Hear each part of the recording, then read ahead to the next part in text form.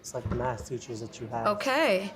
Good evening. I'd like to welcome you to the proceedings of the Grand Rapids Public School Board of Education. Please rise and join us for the Pledge of Allegiance.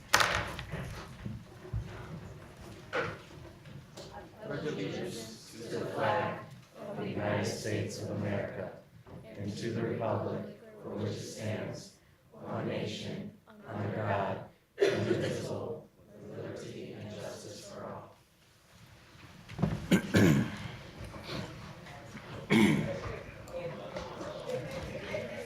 Reverend Matthias, can we please take the roll? Yes, good evening. Reverend Matthias, yes, I'm here. Ms. Shadke, Here. Ms. Williams, Here. Dr. Baker, Here. Ms. Davis, Here. Dr. Flores. Present. Mr. Lewis is excused, President Grant, Present. and Mr. Ross is excused. We have a quorum. All right. Do I have a motion for the approval of the agenda? So moved. Support? Second. Support. All in favor, aye. Say aye. Aye. Aye. And I Opposed? will- Please take the. Okay. Reverend Matthias, yes. Ms. Shadke, Yes. Mr. Ross is excused. Ms. Williams, Yes. Dr. Baker, Yes. Ms. Davis, Yes. Dr. Flores. Yes. Ms. Lewis is excused. President Grant, Yes. motion carries. Next, we have celebrations. Looks like we have a lot to celebrate today. Who will, you guys do the, Malika Brown, Madam President, will come forward. all right.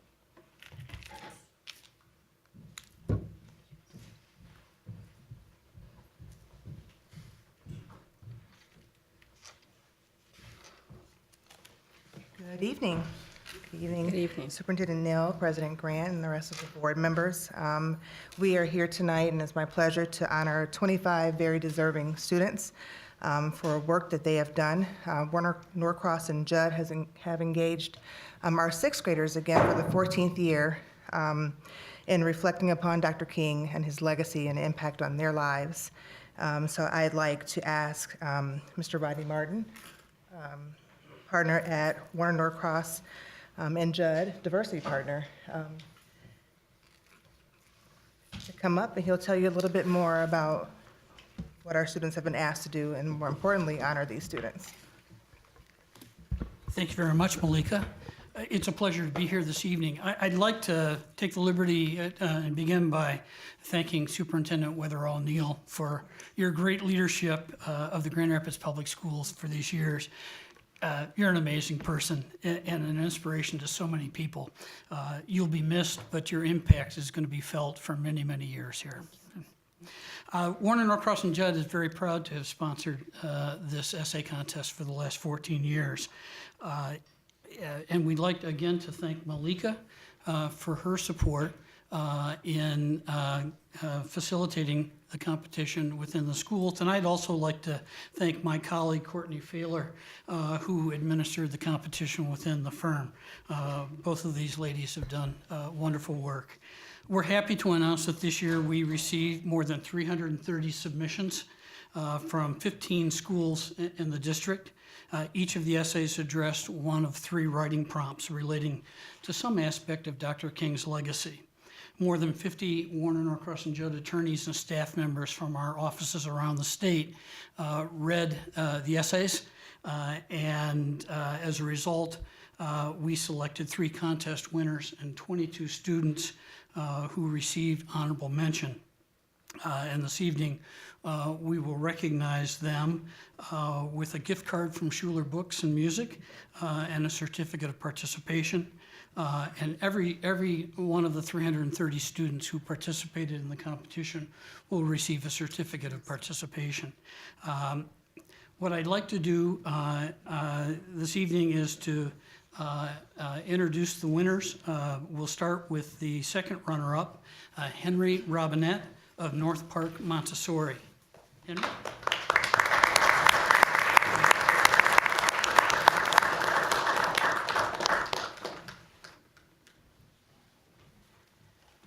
And the first runner-up is Eloise Lambertson from the John Ball Zoo School. I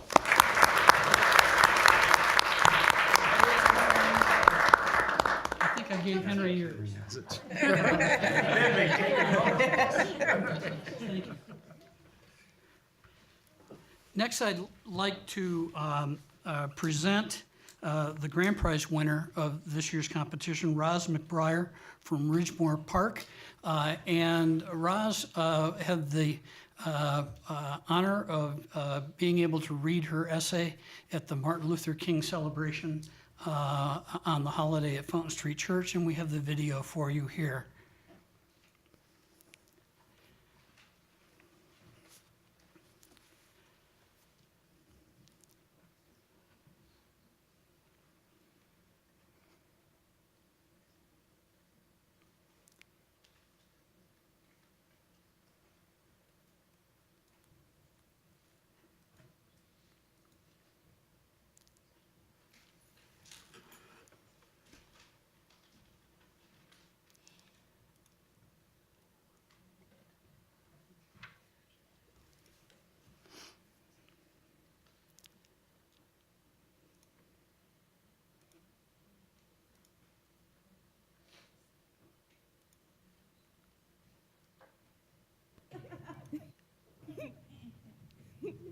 Imagine a world where we appreciated our differences and treated every human being equally.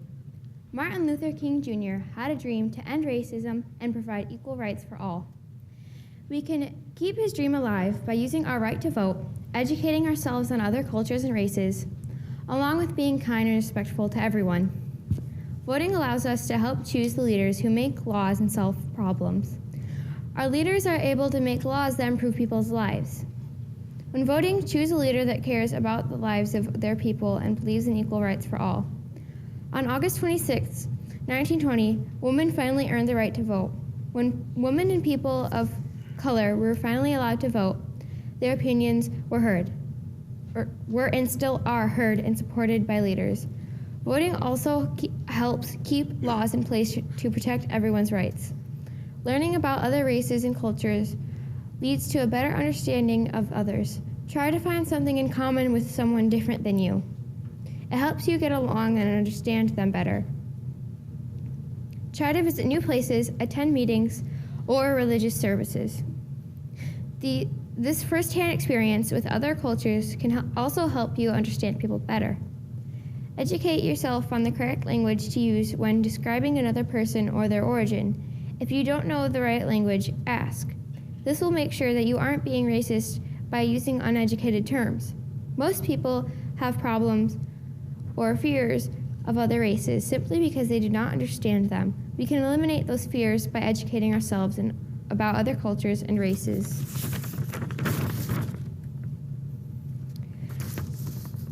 Every person in this world is different, but being different doesn't make someone better or worse. Treat others as you want to be treated. Remember to stop and think before you speak or act unkind. Following the golden rule can put us in another person's shoes so you can understand them and treat them with respect. Don't laugh at racist jokes or allow another person to be laughed at because of the color of their skin or their culture. When we laugh at racist jokes or allow someone to be treated unequally, we are saying racism is okay and ignoring the problem. If you see someone being treated with disrespect, say or do something to stop it. Reach out to people being left out.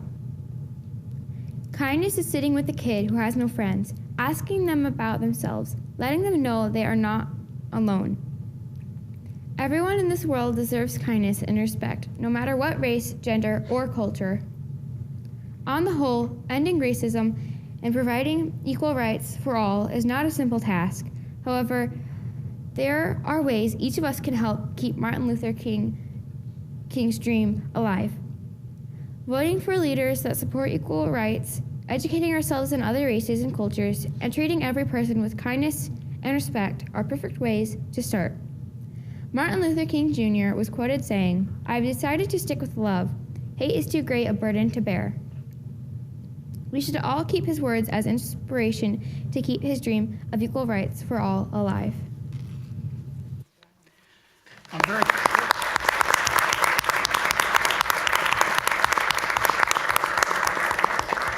very pleased to present this to Roz McBriar, Ridgemore Park, Montessori. Congratulations, grand prize.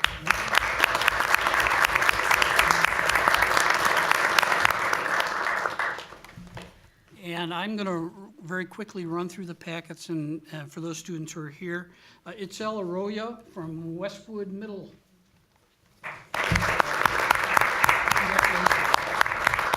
Dante Cabrera of Riverside.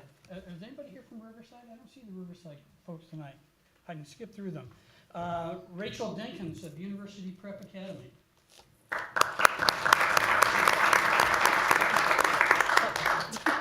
Nope. XL Hammerschmidt of North Park Montessori. Equavian Hansen. Quinn Hodgman. There we go. Vivian Idziak. North Park Montessori. H.K. King of the Center of Economic College. Noah Irish, Grand Rapids Montessori. Diana Latamato Fisher, Grand Rapids Montessori. Charlie Laughlin of the Public Museum School.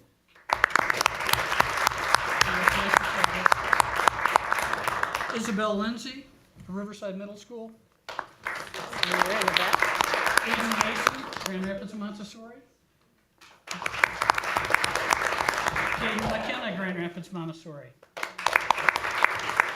Alexis McKenzie Smith, Harrison Park. Leticia Nolasco, Center for Economic Ecology. Elia Robertson, Riverside Middle School. Josiah Robertson, Riverside Middle School. Tejas Seiler of Ridgemore Park. Okay. Thank you. Lucas Sulak, Center for Alana Suleiman of Riverside Middle School, and Gabriel Vesey of the John Ball Zoo. Thank you very much. Thank you. We're going to go out and get our picture statement, kids. Congratulations, you all. Wonderful. Next, we have reports from our student representatives, Mr. Calderon and Mr. Mohammed. You can go first. Good afternoon, Board of Education and current family and staff of GRPS. I hope everybody enjoyed that little snowpocalypse that we had last week. With that, Ottawa's vision has now been enforcing and focusing on school-wide policies that should show improvement with the days that go by. A couple of changes that we have taken are yonder pouches that are starting to come into effect. Classrooms will now have yonder pouches that students will have the responsibility to take care of their own actions. If they choose to have their phone out, then authority or a teacher can come and tell them, yo, put it in the pouch. Other than that, we have a new advisory class every Monday for 25 minutes. Students are allowed to have almost a homeroom where you can build a connection with the teacher. And the idea that's supposed to happen is incoming freshmen next year will now be able to elevate with one teacher throughout every year and pretty much build that relationship with that one teacher throughout their 4 years. So by the end of the 4-year mark, students will have that built connection not only with the teacher, but all the other kids that were in that classroom as well, the whole family thing. Good evening, everyone. Right before the 5 snow days that we just had, we started the second semester of the school year, which means that we are halfway through of the school year. Because of the same 5 snow days that we just had, our teachers and students are a little behind on schedule. We are hoping that everything goes well for them so they can catch up as soon as possible. 2 days ago, which was Saturday, we hosted the 5th annual Red Hawks basketball tournament, where 9 different teams from across the state came to play with players who are ranked both top in the state and the nation. we sold out and reached capacity, which was definitely a huge deal for us. Thank you. Wonderful, thank you. Next, do we have public comment for board agenda items? We do not. Okay. So Secretary's report, Reverend Matias. We have two this morning. Good evening, everyone. Board committee meeting schedule. So the academic committee meeting scheduled for Thursday, February 7th will be rescheduled. And Dr. Baker, you have some info or? Do I do that now, or is it a different agenda spot? On the agenda here, it says, Yeah, you can do that under agenda, yeah. okay. And then also, just a reminder that the theme school application deadline extended. The theme school application deadline has been extended to February 8th. Families can apply online at www.applygrps.org for the 2019-2020 school year. Paper applications are available at any GRPS building and GRPS administration buildings located at 1331 Franklin, right here, southeast. The application takes around 10 minutes to complete. Seats are limited, so apply today. If anyone have questions, please contact Student Services at 819-2150 or email enrollment@grps.org. And that's all I have. Wonderful. Next, we have a report out for the National Association of School Boards Equity Symposium and Advocacy Institute Conference. Last week, it was a long week, but last week, a few of us were able to head out to Washington, D.C. and learn about advocating for the students in our district, as well as actively do some lobbying. Ms. Shockey, would you like to give some feedback on Yeah, that? I would love to. Thank you, first and foremost, for the opportunity to travel on behalf of Grand Rapids Public Schools and learn about best practices across the country and come back with ideas and energy and motivation for this great work. So I attended the Equity Symposium and also the Advocacy Conference. A couple of highlights for me. I really enjoyed a presentation from the founder of DonorsChoose.org. DonorsChoose.org is a crowdfunding site that was created by a teacher, I think a history teacher in New York City. And we learned that this was just an idea from a district or a school that was under-resourced. And he and his students created this platform and this wild idea that, hey, if we just ask in the community for materials and supports we need, maybe we can get them. And out of that was born, I think, the most successful crowdfunding website in the history of them right now. What I loved most about it and what I learned was the way in which teachers and schools receive the materials, which is that Donors Choose protects finances by actually purchasing the materials that are requested. So schools receive materials, not cash, which protects teachers and districts. And I just loved that piece of that. And so Ms. Pitts and I really enjoyed that presentation and really thought long and hard about some of our own policies about crowdfunding and how teachers can receive resources. So loved that. We also, during the advocacy piece of the conference, were reminded about the importance of the census. Census, of course, coming up in 2020. And so it was just a really good reminder for me that that is a significant piece of how we are funded and that we, as Grand Rapids Public Schools, need to remind our families how important it is to fill out that census. And I know we'll be focusing on that as we move into next year. Let's see, a couple of other things. It was interesting to get a view into the war room of snow days. I got to tell you, traveling with the superintendent and seeing what happens behind the scenes when it comes decision time for snow day is nothing short of remarkable. And just the care and compassion and difficult decision-making that goes into that choice. I'm glad that I got a glimpse into it, and I'm really glad I wasn't I thought the the school superintendent. board president is the one that makes that call. No, we're gonna Depends if you shift liked it or that. That's right. So I loved that. And then ultimately, traveling with colleagues, I find always to be beneficial. And so in the wise words of Roz, our essay winner, finding things in common helps us understand each other better and treat one another with respect. So I was grateful for that time with my colleagues. Thank you. Reverend Matias, would you like to Sure. share some thoughts? Yeah, I also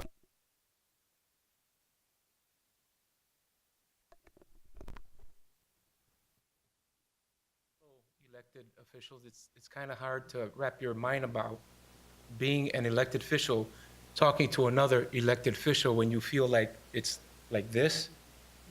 But when I came to that reality, hey, wait a minute, we're on equal ground. We began to really talk about what matters to us, and certainly in our sphere, it's advocating for our children, for our parents, and for our teachers. One of the workshops that I went to is you can't separate your head from your body. So, you know, your mind can go wild with that sentence. But really what it was dealing with mental health. And a lot of us know many of the changes that our children are going through at that exact age of about 13 or 14. Those of us who have been through, at least for me, 4 children, can relate to some of that. But what was cool about that was that we had a chance to kind of sift through the significant changes that happened, not just physically, but mental health-wise with our children. And so we looked, for example, at ACEs. If you're familiar with that, it's the Adverse Childhood Experiences. It's an assessment that they do to find out what experience you had that put you in a category of experiences that either can be adverse or can catapult you into a person that is going to excel.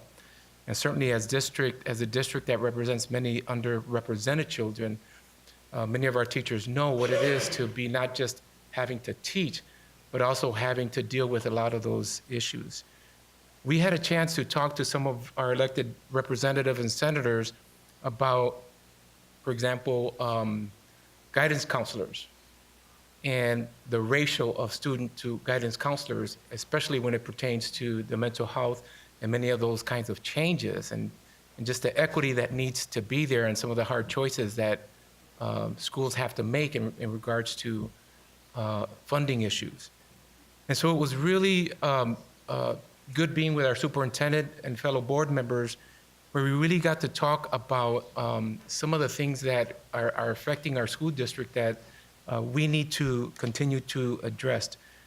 One of the questions that was asked, and I want you to think about this: how many people in the district are looking after the mental health of your student and staff? How many people in our district are charged with that? Started to really think about that for our teachers, for our students, certainly for our families as well.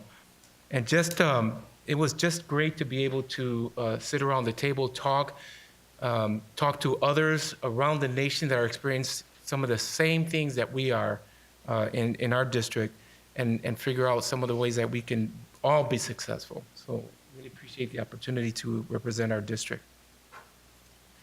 Yes, I think that my colleagues have shared a lot of my experience, so I won't repeat much of that. One thing that stood out to me the most was preparing for the census and talking about how do we prepare our district. And I don't think that a lot of people know how much of our funding is tied to that. And the conversation that I was really excited to have with Superintendent Neal was, through that process, not just asking our families to fill out information, but guiding that conversation and how do we build that trust so that people are willing to complete that information, because ultimately it does have a huge outcome for their students, but understanding that there is some trust that is missing for certain communities and we're asking them to turn over information. So how do we educate and share with those families and then ask that they come alongside us and complete that. So that was one of the largest takeaways for me as we prepare for 2020. All right, next we have committee chair updates. Let's start with Academic Achievement Committee. Okay, as Reverend Matias noted, we are moving. So actually, only 2 of the committee members are. Oh, no, John's here, and then Kathy's not here. So anyway, John, to let you know, since you're on the committee, we're moving the meeting to February 21st at 4:30. The idea was that we'd have these meetings on the first Thursdays of each month, but with missing last week, the staff wasn't really prepared to begin and the discussions for this coming Thursday, and we need to move it at the first or third Thursdays of each month, given the committee members there's schedule availability. We are going to shift some of the work that's been done as we transition. This is a few months into making pretty big change. The board needs to have a real sense of what it is responsible for and owns. There's been some stuff, issues such as a teacher evaluation. This is something that came up in the fall. We had this long conversation of teacher evaluation. I remember clearly months and months and months of academic achievement committee meetings discussing what the evaluation would look like. And most of that board is now gone. And the current board doesn't really know how teacher evaluations are done. And we're going to be changing them, and we've lobbied the state to come up with a fair representation of actions of teachers, et cetera. So we're going to be coming up with some work agenda items that are going to look a lot different than the way achievement committee meetings have been in the past, and we're going to be bringing action items to the board. So with the first in February, our topic will be summer learning. So lots of activities directed towards investing in the continuation of learning through the summer. Typically, we think of that as summer school or credit recovery, but really there's much more that happens. There's a lot of stuff that happens around college prep. A major thing that happens, and that needs to happen this year, is next year, third grade reading law goes into effect, where we will have consequences that are pretty significant for students who aren't reading at grade level. And so we're going to invest in quite a bit of resources to prepare second graders, this year's second graders, to be able to read next year. That requires a shift in terms of what we do with our funding, and I think that the board needs to own it, because the board will be here next year. And to some extent, we don't really know who else, so we need to own this work instead of just kind of letting it go. So that's why the shift occurred, and that's why we're going to meet on February 21st. So, all right, so plan for work and action items to be coming to the board. Wonderful, thank you. Next, legislative committee. Sure. I see finance next. Do you want me to do finance? Well, I chaired it today, if you'd like me to. Oh, okay, very good. Yes, Madam President, I would love to report out on Legislative Committee, of which I am the chair. So we met, gosh, I think 2 weeks ago, and reviewed the legislative priorities that Mr. Helmholt brought to our board work session. So you've all been privy to those. The committee will continue to work on and advise those priorities, especially as we really work to engage with our new legislature. As many of you know, I think we have the highest number of freshman legislators, and so we really want to be a support and a resource so that when they're making decisions, they know they can call Grand Rapids Public Schools and ask how decisions might impact us. As such, we are working to coordinate 2 events with our legislators.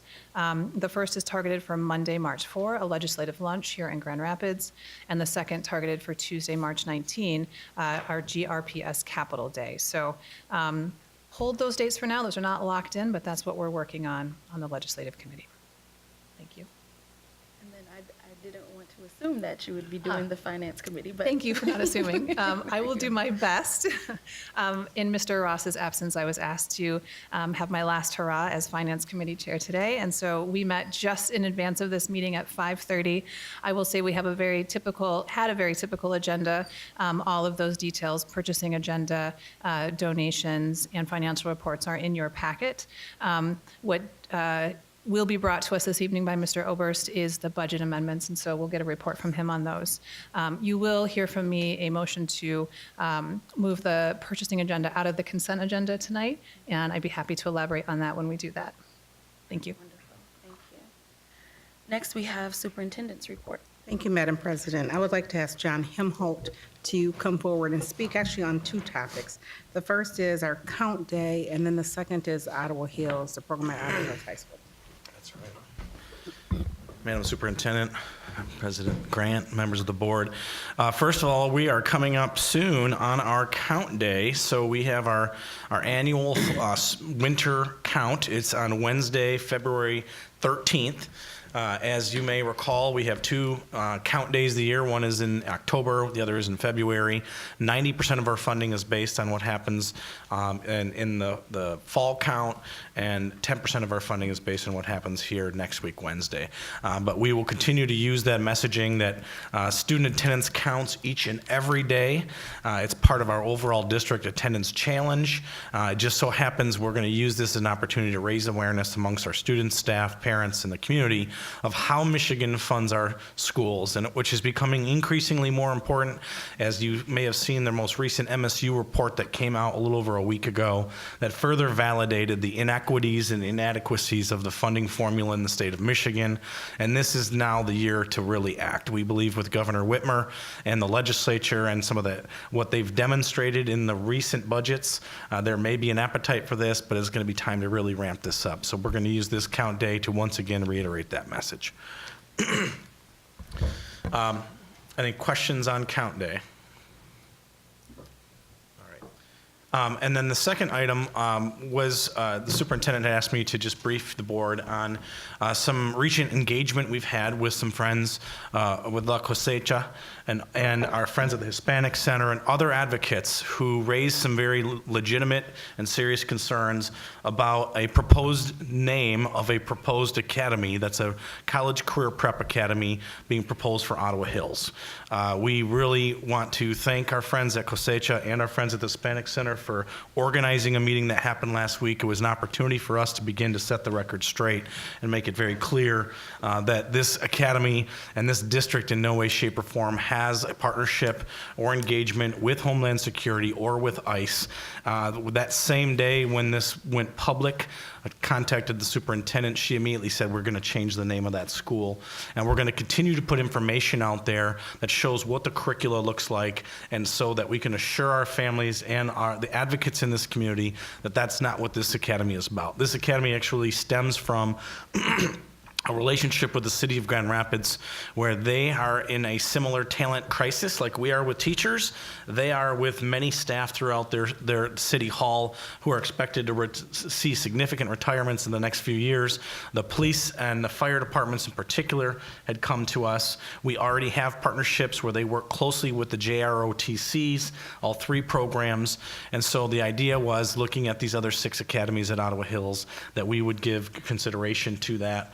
And so we had a very good engagement, and we're welcoming continued dialogue on this, because we want to continue to demonstrate that we're responsive, that we want to build the relationship, we want to build the trust, and we want to continue to work with our friends to address those concerns, because there is some legitimate fear and anxiety in the families throughout this city and frankly throughout the state and the country. And that's not just new to this president. It's something that's been for a long time. And even though there may have been good intentions, we all know what that sometimes paves the way for. And the reality is we've extended a public apology saying we are sorry for not being more sensitive to the use of that term, particularly now more than ever. And so we're going to work to look how we rename that school and continue to increase the information for the parents and the public so they know exactly what it is that we're doing. Questions on that? Well, so the program at Ottawa was going to be focusing on what? Or Police and Fire Academy, cybersecurity, and JROTC. okay. And just for the record, you are affirming that we have not had any contact with ICE or Homeland Security in official communications, 100%. creating a relationship with them, or seeking funding or guidance or co-sponsorship. 100%. Thank you.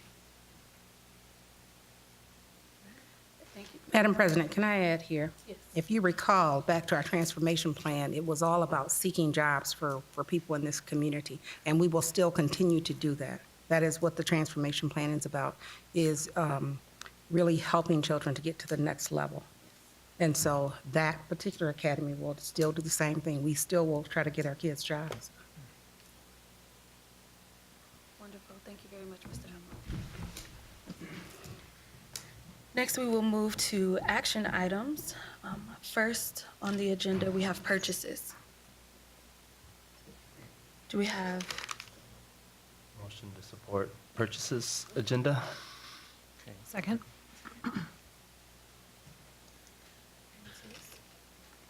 Discussion, if that's all right, can I give some background on the purchasing agenda? So I apologize, it was already removed from the consent agenda. So just a little bit of background about one item, which was permission to modify the blanket order. So this is in your board packet under B, support materials, item 2, permission to modify blanket order for interpretation and translation services. So there was discussion around board policy as it relates to bidding services. So you may recall that we are required by law to bid out for construction services and also goods and materials. But we are not. However, we do, in instances, bid out other services, including consulting services. So the discussion here really was around policy and how we can ensure the competitive bid process is available to consultants when it comes to opportunities to engage in the district. And so we likely will advise the ad hoc policy committee to look at this policy again to review if services also need to be bid on a regular basis. Does anybody from the finance committee want to chime on that?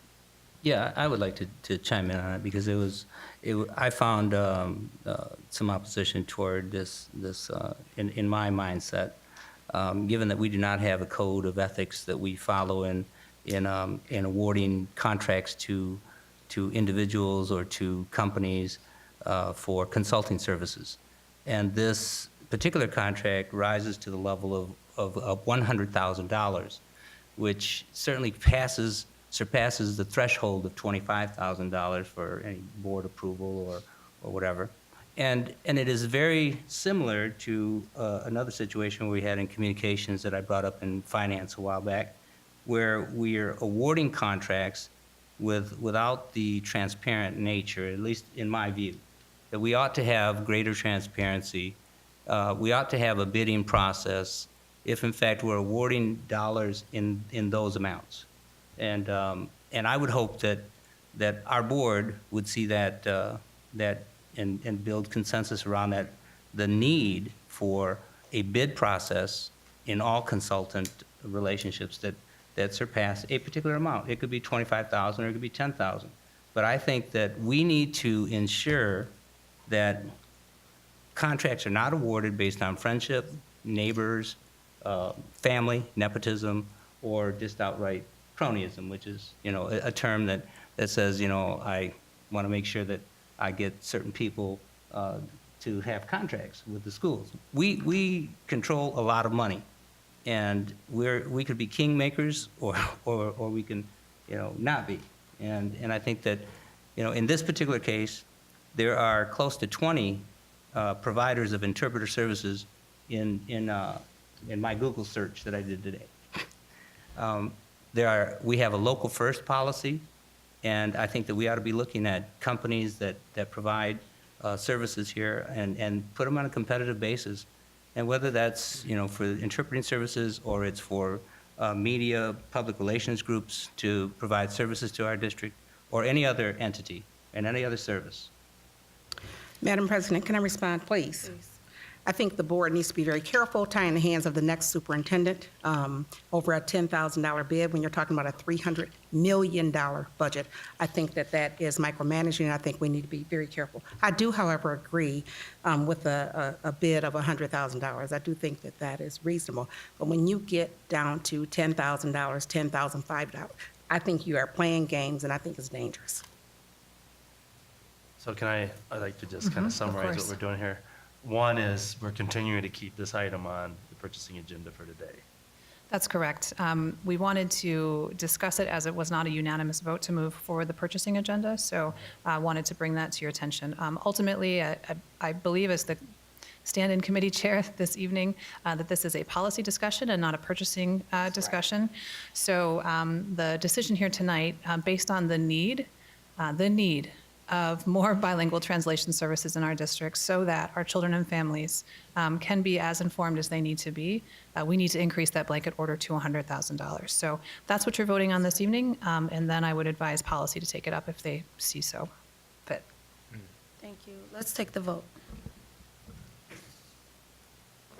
Reverend Matias, yes. Mr. Roth excused? Ms. Shaki? Yes. Ms. Williams? Yes. Dr. Baker? Yes. Ms. Williams? Oops, I'm sorry, Ms. Davis? Yes. Dr. Flores? No. Ms. Lewis is excused. President Grant? Yes. Motion carries. Next, we have a few amendments for the budget. Does anyone have questions that they would like to ask Mr. Oberst about these individual amendments? Mr. Oberst, can we? So we'll do the review and then we'll take the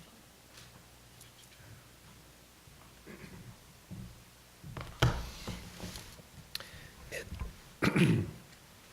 Excuse me. Good evening, Madam President, Superintendent Weatherall Neal, board members. And we, just by virtue of, we have some new board members this year. A little background on budget amendments and why we do this. By June 30th of each year, the board is required by law to pass an annual budget, which we have done and you have done for the 18-19 school year. State law also requires, as does accounting principles, that the budget at the end of the year be your best estimate of where you think the year is going to come out financially. So as we know, circumstances change. We have a very complex organization here, a lot of moving parts, and we don't have all the information we need back in June that becomes available during the year.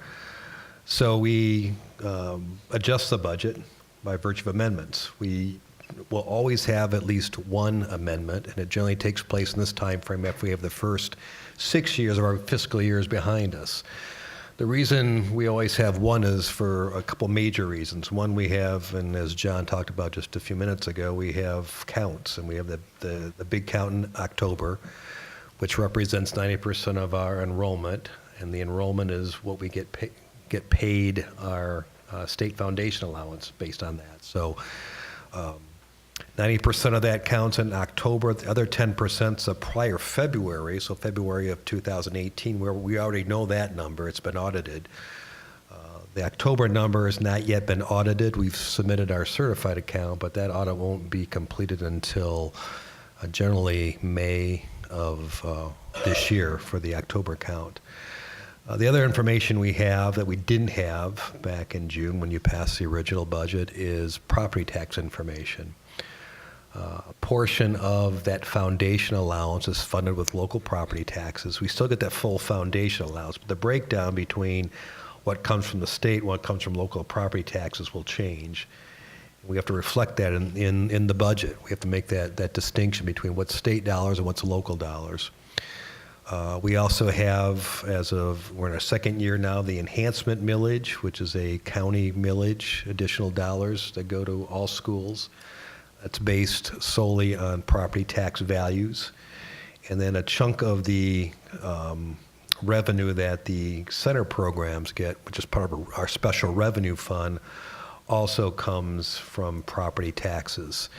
And we don't have the updated appraised values of properties within our school district until after that June initial budget is approved. So we have that information now, and so we make some adjustments, which will adjust revenue for special revenue as well as the general operating fund. So those are a couple of major items that we get better information as the year goes on. Also this year, for the first time, and for those board members that have been around for a few years, our health benefit programs, both the MESA plans, which are the plans that cover our MEA union employees, and now the health insurance pool, which the other employees are members of. They used to have a plan year that mirrored our fiscal year, July 1st through June 30th. And part of that, or a portion of those premiums, of course, are funded or paid for by the district under the state hard cap. And so we always would adjust the hard cap on July 1st of each year. Well, now both of those insurance programs have gone to a calendar year. A year ago, actually a year and a half ago, Mesa went to a calendar year.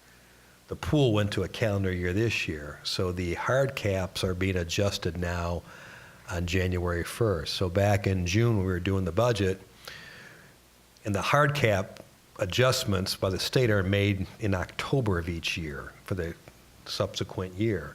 So back in June, we were looking at for the first time, a January hard cap adjustment.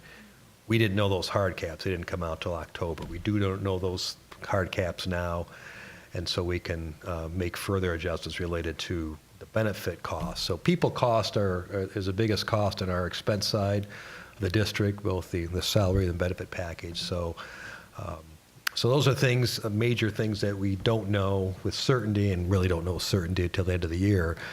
So we make adjustments and we present to the board amendments to reflect better information.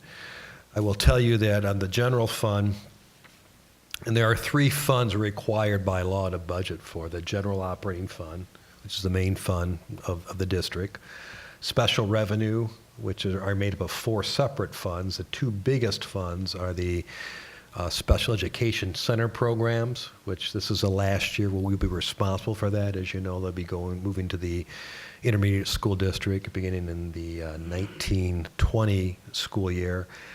And then the other is a debt retirement fund, which is funded entirely with our debt millage, and that pays the debt service on outstanding bonds, the interest and principal payments, which primarily come due in May and November of each year.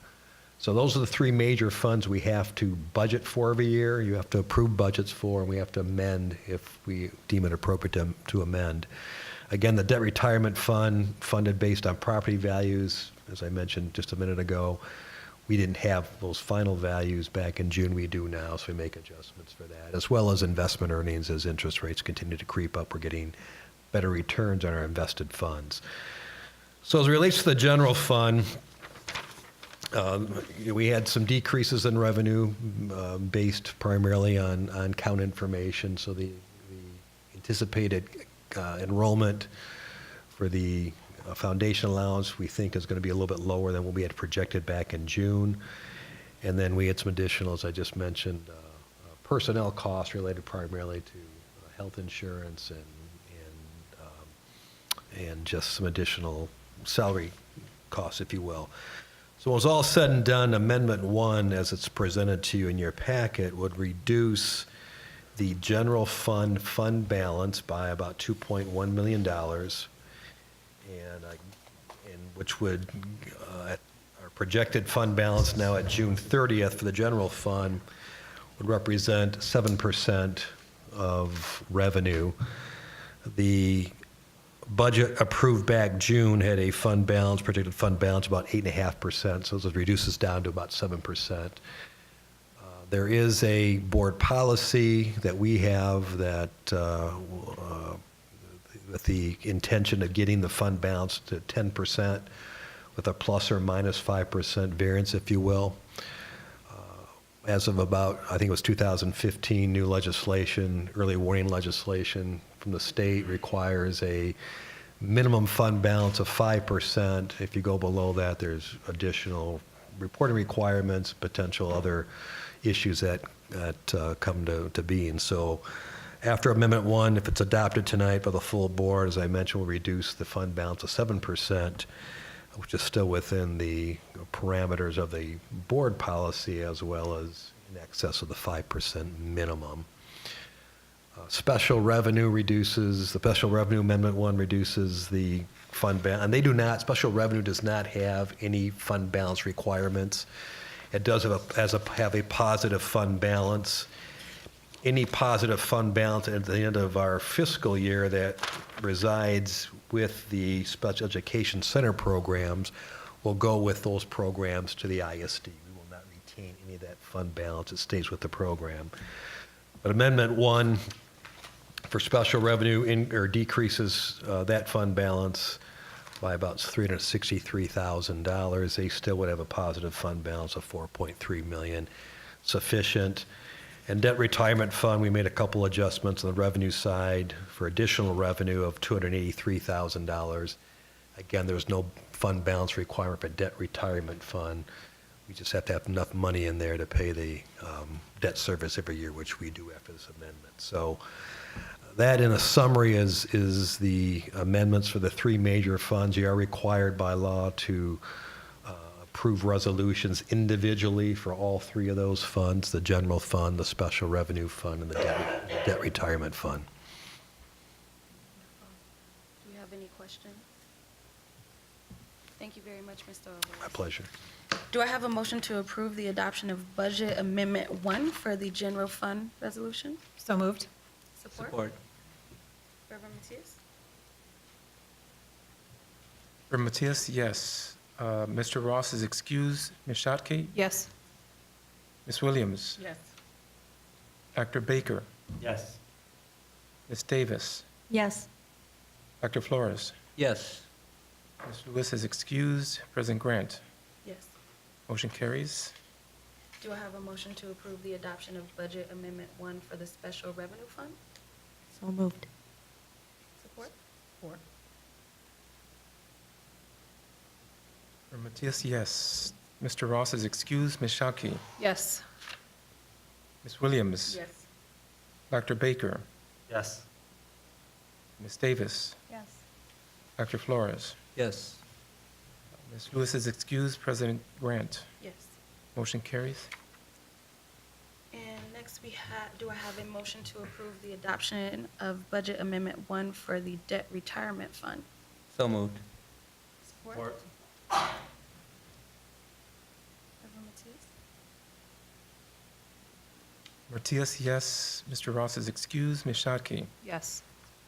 Ms. Williams? Yes. Dr. Baker? Yes. Ms. Davis? Yes. Dr. Flores? Yes. Ms. Lewis is excused. President Grant? Yes. Motion carries. All right, and then last, thank you, Mr. Oberst. Last, under action items, we have policy number 8482, and Ms. Pitts is going to give us information since Ms. Lewis is not with us tonight.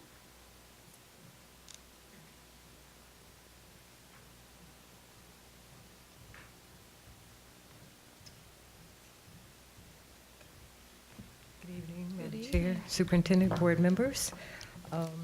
Yes, this is policy, this is a revision to policy 8482, the Student Health Services and Delegation Services. At the committee meeting, ad hoc policy committee meeting, we had Kim Barron, who's our Director of Nursing Services, come and talk to us about this policy. And essentially, what we're doing is revising some of the roles, some of the responsibilities for the different role groups who provide services, nursing services. And we've collapsed, we had initially 6 columns, and we've collapsed 2 of them because they basically said the same thing into one. One of the columns that we're collapsing or getting rid of is related service personnel, what related service personnel would do, and the other is what other service personnel would do, other school-related personnel would do.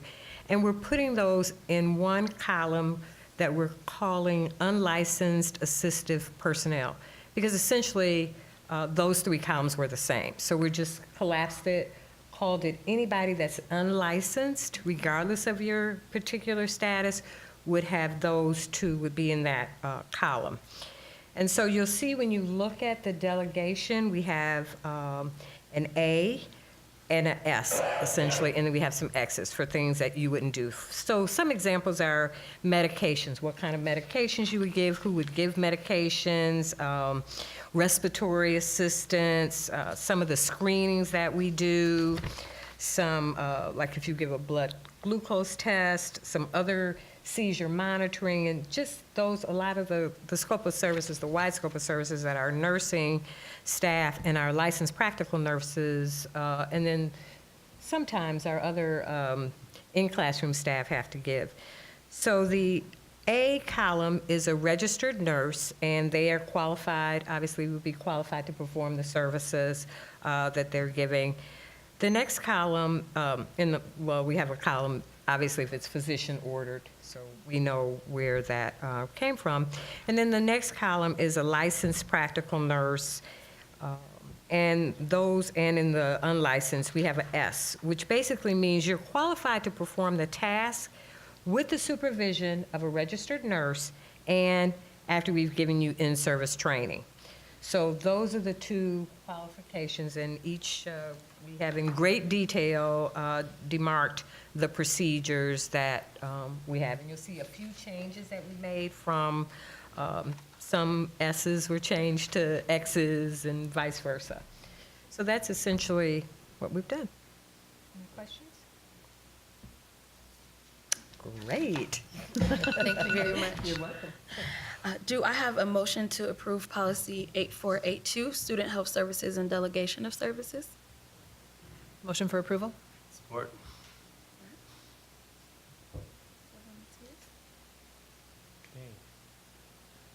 Matias, yes. Ms. Ross is excused. Ms. Shockey? Yes. Ms. Williams? Yes. Dr. Baker? Yes. Ms. Davis? Yes. Dr. Flores? Yes. Ms. Lewis is excused. President Grant? Yes. Motion carries. Do I have a motion to approve the consent agenda grouping? Motion to approve the consent agenda grouping. Support? Support.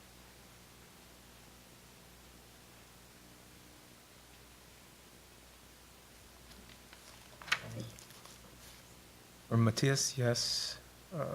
Mr. Ross is excused. Ms. Shockey? Yes. Ms. Williams? Yes.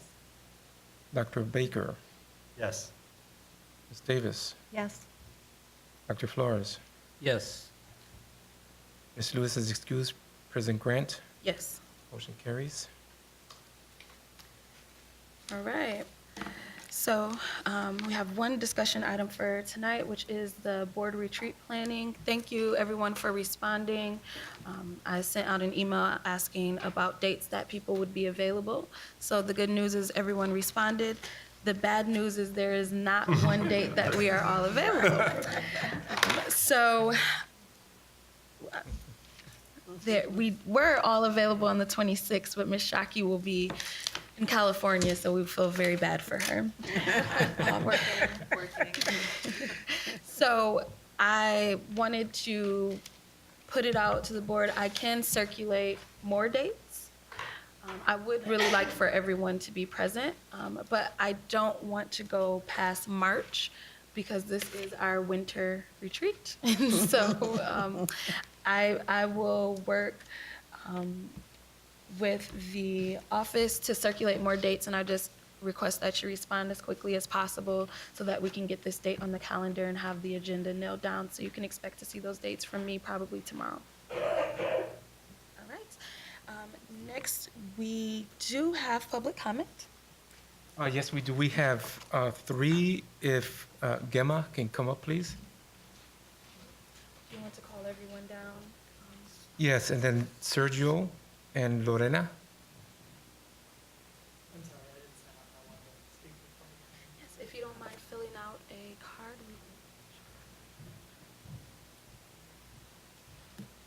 And so you all can feel free to join us all at once, and then we'll.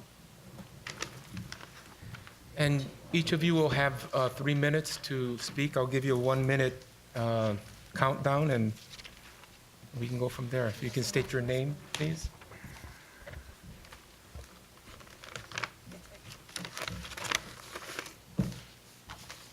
As you probably know, we will hear the comments, but as a board, we do not respond.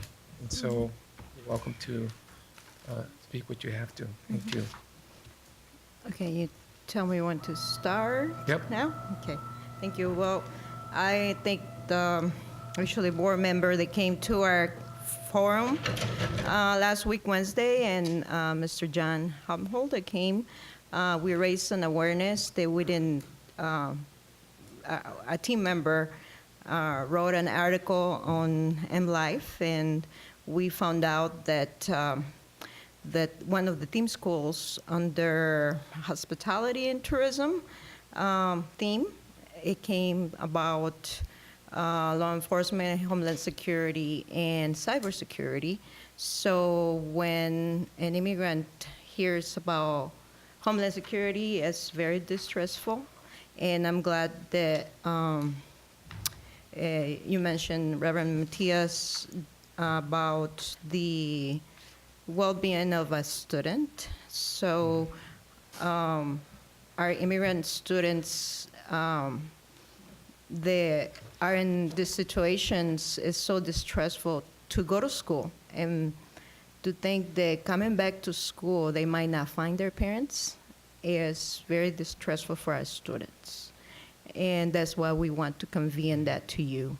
I expressed to Mr. Hamhold that a apology, to accept the apology, but an apology about sensitivity on this matter.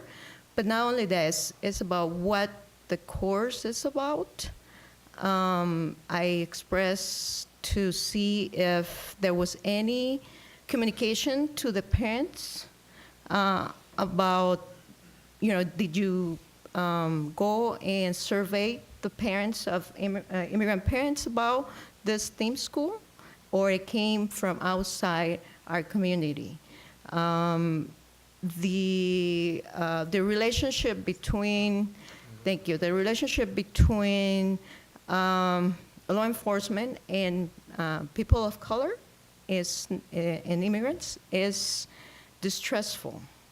So to think about the concern on our parents are, if a student or some students go through that path, there will be some bullying around kids that go through that path or through this theme. So it's more like, what are you teaching rather than the name. And then also to finish up, I think the Grand Rapids Public Schools has been asked to be in a task force from the King County Commission, and I hear that there's some relationship with those types of elected officials. So we want for Grand Rapids Public School to be ending the contract with ICE. Thank you. Gracias.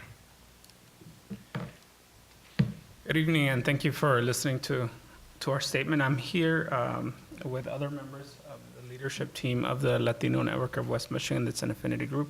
Wanted to read a statement to the board regarding our support for Movimiento Cosecha on specific issues.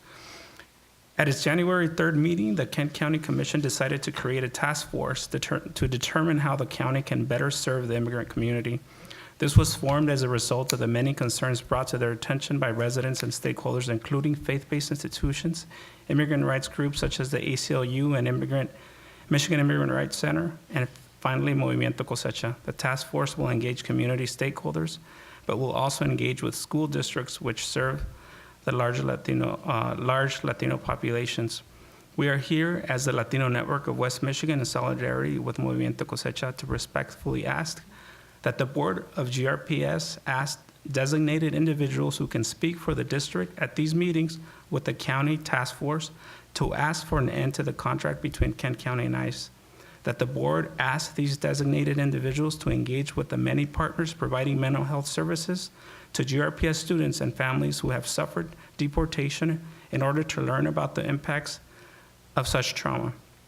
The impact of separation has been communicated by our Latino community in multiple platforms and in numerous occasions.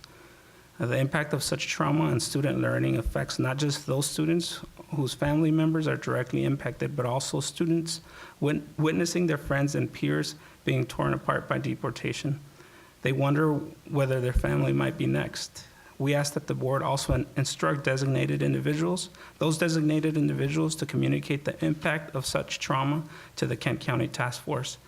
And then again, this task force is, as I understand it, according to that article and from the Kent County Commission, I think it was January 5th, will engage with different groups and stakeholders in March.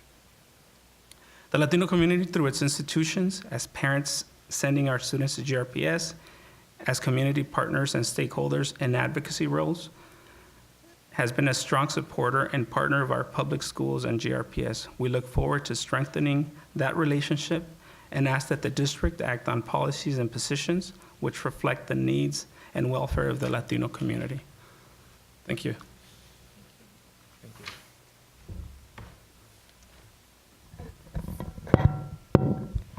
Good evening.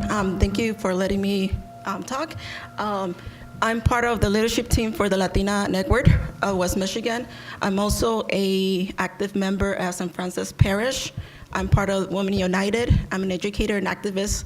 I also mentor at Southwest Community Campus and volunteer at GRPS. And I say all this because I'm constantly in contact with students, families, and the impact that law enforcement has in their family and the trauma, and like Reverend Martinez mentioned, the mental health of our students. It trickles down to everyone in our community. I feel the heaviness, the stress, the fear that students have. I walk in Southwest, sometimes I feel that with certain students.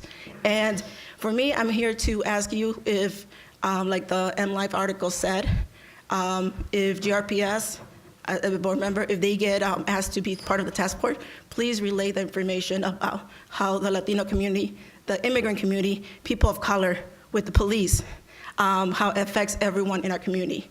And it's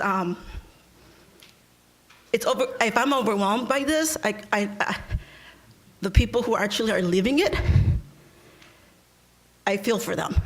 Because it's toxic for myself and for everyone in the community, especially for them and the children. And for us, like the Grand Rapids is trying to be even today,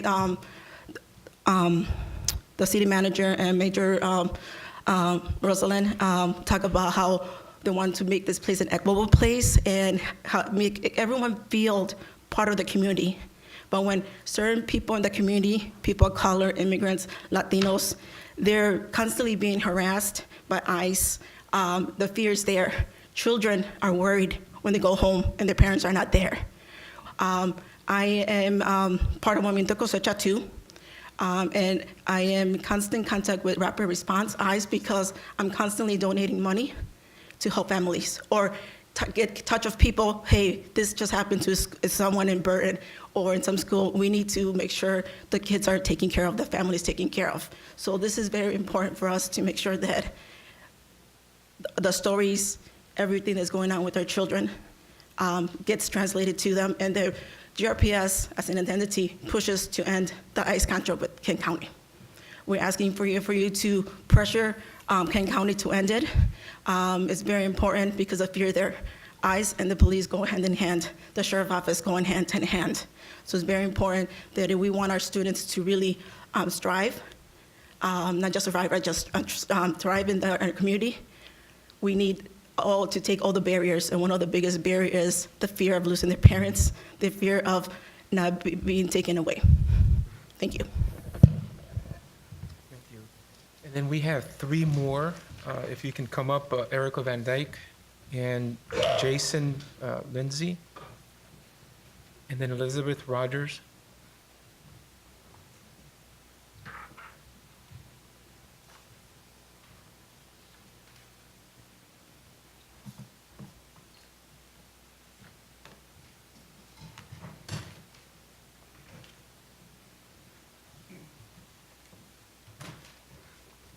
Ms. Van Dyke.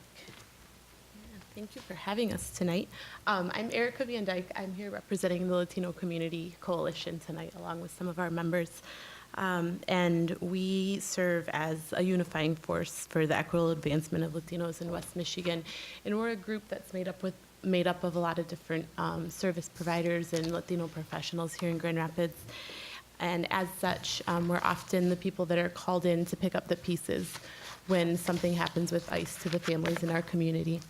We're working professionals, we're parents, we're neighbors of the families and the students that attend Grand Rapids Public Schools. And we want really to see our young people succeed. And we need the support of our district to do that.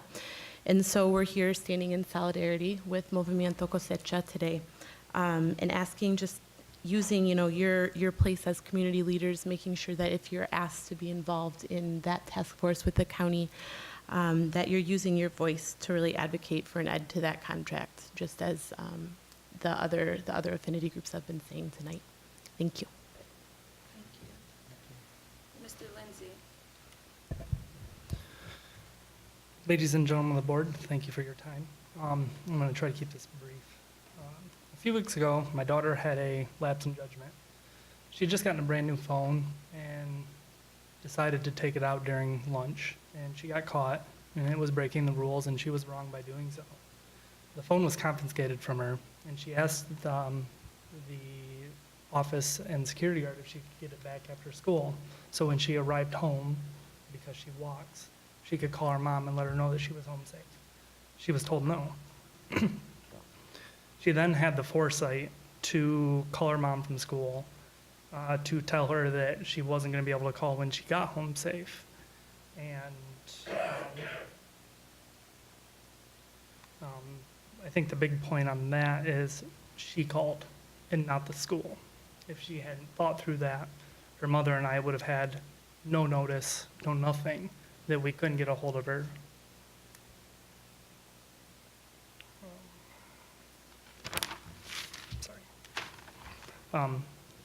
After hearing this, her mother and I both called and talked to both the office, the security guards, and the supervisors for the security office, asking that she be given her phone back due to this being her lifeline. She walks home 1.5 miles every day, is home for multiple hours, and in the case of an emergency, that is her only way of reaching out. And again, we were told no. And by reading the policy, there are 2 different statements made about electronic use where it can either be held until the end of class, and then a few paragraphs later, it kind of paints it as a zero tolerance policy. It gets confiscated and turned in.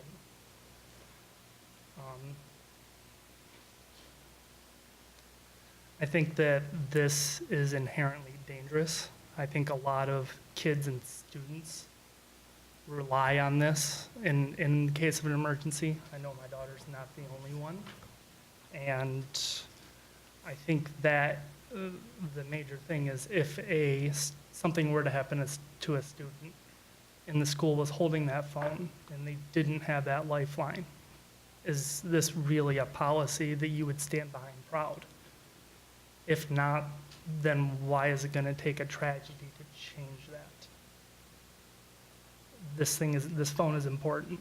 I understand she was wrong, but taking a student's safety net away, a tool that me and her mother use to verify her safety, shouldn't be the punishment. You have other tools, suspensions, detentions. If anybody else wants to discuss this with me, I've talked to a couple people in the office regarding it, and I'm more than willing to discuss it. Thank you. Mr. Thank you. Lindsay. Ms. Rogers. Good evening. Nice to see you. My name is Elizabeth Rogers Driard, and I live on the west side of Grand Rapids. I am a GRPS parent. All my kids have gone to Shawmut Hills Elementary and then to various other schools afterwards, and they're all at CA Frost now. I have 3 boys. And I'm here today as hopefully a decent ally to my friends in Cosecha and for my kids' friends. I still have a lot of questions about the thing with the Homeland Security naming. I was at the meeting the other night. I appreciated Mr. Helmholtz's apology about the name, and I thought there was some good conversation there, but I'm still concerned about how it got that name to begin with. I'm also concerned that a lot of the apology was about the sensitivity of the name versus what's actually in the curricula. He mentioned earlier that there would be more transparency as what's in the curriculum, and so I'm wondering, does the curriculum change with the name change? If it's so insensitive as to be changed so quickly, how did it get that name to begin with? And then my other concern is GRPS saying that they don't have any contact with ICE. I believe that, but I also know that GRPS works closely with the Grand Rapids Police Department, and the Grand Rapids Police Department works with ICE. So it's a very short connection. And as others have mentioned, there's a lot of trauma to my kids' friends in the neighborhoods through GRPD and through ICE. So I feel like there's a lot more discussion that needs to be happened, a lot more transparency about how we got to this point. And I would advocate as well for you all to use your positions as elected leaders and as a government institution to challenge and correct your colleagues in other government institutions like ICE and the Kent County Commission, that they would end the contract with ICE. Every day, horrible, horrible, heinous reports come out. Just in the last 3 days, there's been news of a fake university in Farmington to entrap people, that they were ignoring sexual assault reports in another detention facility, and that they're force-feeding 9 men in another detention center. These are reports in the last 4 days alone. It's just totally horrifying, and we as an institution should run as far from that as possible, and I really want you to help in the contract with ICE in Kent County. Thank you. Thank you. We have no more? No comment. All right, board comments. Dr. Flores. No comment. Dr. Baker. Couple things. First of all, I think it is really important that the board doesn't engage in debate with public comment. So my comments now are not in relationship to public comment tonight, but I went to this great community forum a week and a half ago at the Hispanic Center and listened to concerns that were raised in the community. And I would like to ask, at that meeting, so I was there with Mr. Hemholt, to discuss the stuff. There was lots of issues that were also raised tonight, that were raised that evening. Some of you guys know that I do the summer program through Ferris. It helps prepare kids for college. And a few years ago, this is the first time it happened to me a few years ago, but then it became a regular occurrence. A student didn't show up. I knew that the student had a connection to the Hispanic Center, so I drove to the Hispanic Center and asked people at Hispanic Center what happened to the student. They weren't there today, and then I found out that the student's parents were taken by ICE during the night, and that was why the student didn't show up. The student did start to show up later on, even though the parents were missing, and the Hispanic Center had to help the student make the transition. And this was long before Donald Trump got elected. So I've been very sensitive. I think that this board and this district has been very sensitive that our job is to take care of the children that show up. And there's all kinds of children that show up. And our job is to make sure that those children are safe when they show up. And that includes addressing the fears that they bring to schools with them. And I'd like to, in some way, discuss, I don't know what arena we can do it, perhaps at our work session, find a way that the board could have a conversation about some way to make a public statement that reflects the impact on the learning environment, families not showing up to parent-teacher conferences, et cetera, because of this fear. We have to address the fear. And mainly, I just want to give a message out that Grand Rapids Public Schools is a place for our children to feel safe. And certainly any allegations that they're not safe or that somehow we participate with ICE, I think is devastating because it gives the impression that Grand Rapids Public Schools is not a safe place. And so all the arenas I've been connected to, I've raised these issues, and even to resistant ears in other institutions. But it's absolutely important that we do it. And really all we're doing is saying exactly what we do, which is Grand Rapids Public Schools is safe for the children that show up. Thank you. Ms. Davis?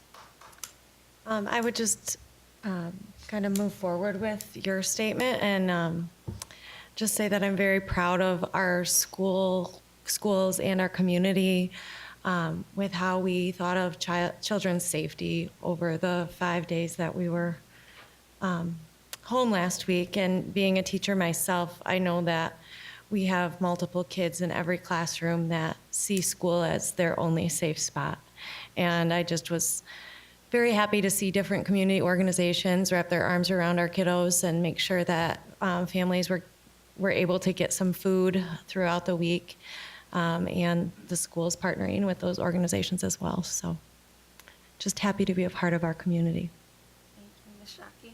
Yeah, I just want to echo that sentiment and say thank you to our superintendent, to Mr. Johnson and Mr. Helmholt and Mr. Klomparens and all essential staff that worked, I know, tirelessly over the last week to make difficult decisions about our schools, but ultimately keep our children safe and warm and fed. I was proud when I got the call about our city and how we needed to act and be a place where our residents can park, so that our city plows can plow, and so that we can all work together and keep each other safe and our homes dry.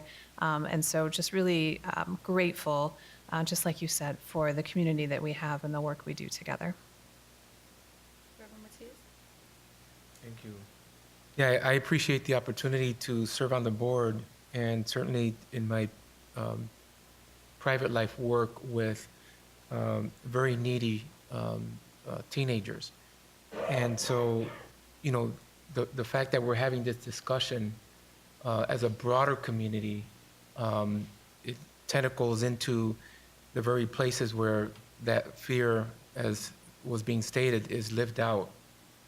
And for those of privilege, need to feel that, so that we can dialogue in ways that really we find solutions to what's going on, and then the transparency that we need to have as a district. We know that we try to protect our kids in every way and to have the resources. And so I hope that in the coming months that we really talk about ways that we can leverage what this board and district does to have our county meet the mental health needs and other needs of our broader community. So thank you for that opportunity to serve. Ms. Williams? I just want to thank those who took the time to come out and share with us your concerns. It's easy to negate that you could have an impact at in a forum like this, but to take the time to share with us your concerns, we encourage others to do the same.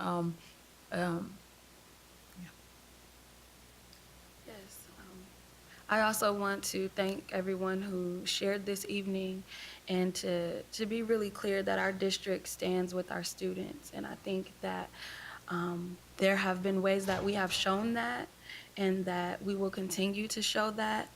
I appreciate the work that our district does with GRPD and other entities.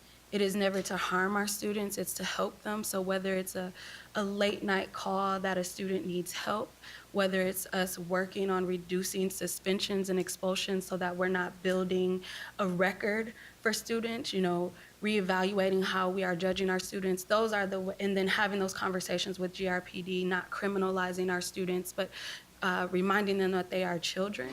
As a woman of color, relationships with different communities and the police department does not fall on deaf ears, because I live that life as well. So it's not something that we take for granted, and we hear you. I would love for you guys to learn about the ways that we work with certain entities, and know that it's not to criminalize our students, but to help make a way for them. And we'll continue to do that work, and we want to continue to hear from you all about how we can work to make our children feel protected and feel safe, because they can't learn if they don't feel those things. So thank you very much. Meeting is adjourned.